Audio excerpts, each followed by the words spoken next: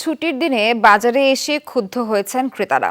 অভিযোগ করেছেন বাজেটে সাধারণের প্রত্যাশা স্থান পায়নি, লাগাম টেনে ধরা যায়নি নিত্যপণ্যের দামের।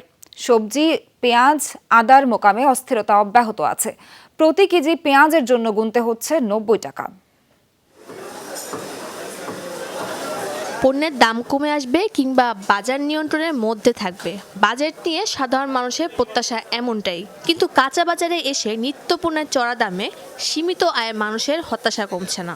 দাম কমবে অর্থমন্ত্রী এমন আশায় কথা শোনালেও বাজেট এমন দিক নির্দেশনা খুঁজে পাচ্ছেন না ভোক্তারা।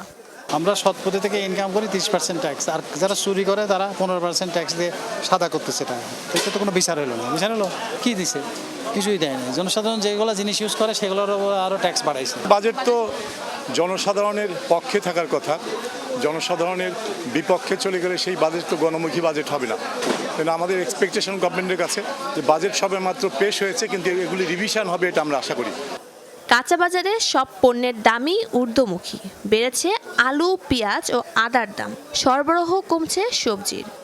আলু প্রত্যেক দিনে বস্তায় কেজি প্রতি 1 টাকা বাড়ে, পেঁয়াজের বাড়তি, আর আদা রসুন এটা বলতে পারিনি কি জন্য বাড়ছে। বাজারের প্রভাবটা এখন অনেক ক্রাইসিস, যেমন মালের অনেক সংকট, যেমন দামটা বেশি। আগে ছিল 60 টাকা, সেই মাল এখন 80 টাকা। ভালো ভালো বড় বড় ব্যবসায়ীদের হাতে আছে সিন্ডিকেট করা স্টোরের মাধ্যমে, কিন্তু এই যে এখন মাল ছাড়তেছে না, অল্প অল্প বাজার ক্রাইসিস রাখতেছে।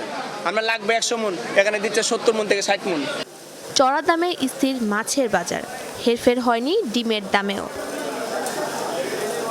শাজদিন অন্তরা, যমুনা নিউজ, ঢাকা।